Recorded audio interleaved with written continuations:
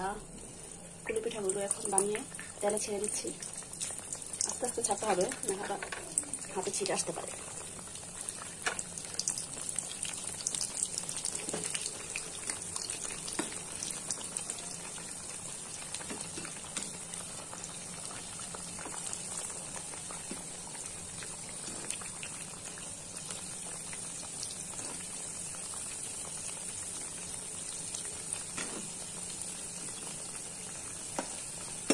নেড়ে দিচ্ছি একটু, দেখি এই পিঠটা কেমন হয়েছে।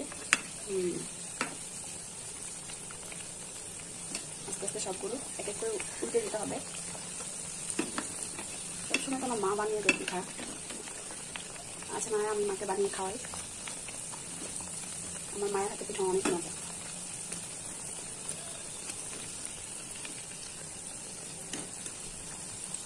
ফুলে গেছে পিঠাগুলো।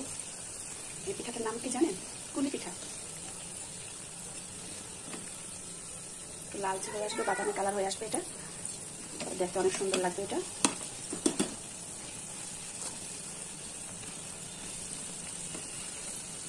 এখানে ডিজাইন করেছি যেন ভিতরের নারকেলগুলো বাহিরে চলে না আসে। ভালো মতো মরে দিতে হবে।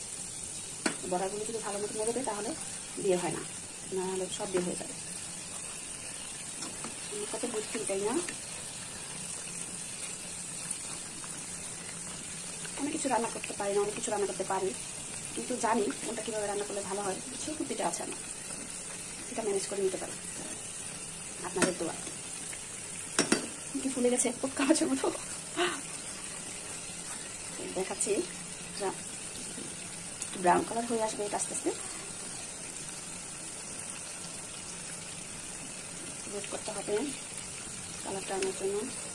এই তো দেখেন কালারটা আসতেছে আস্তে আস্তে। সবগুলো কালার চলে আসতেছে, মাশাআল্লাহ।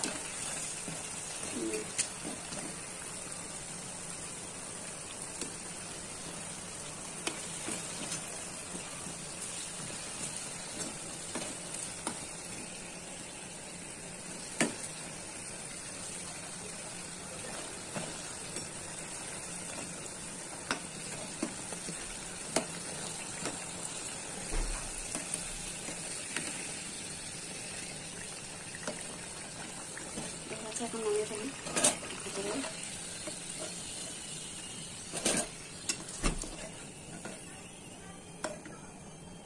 এই তো হয়ে গেল আমার কুলি পিঠা। কি সুন্দর হয়েছে, তাই না?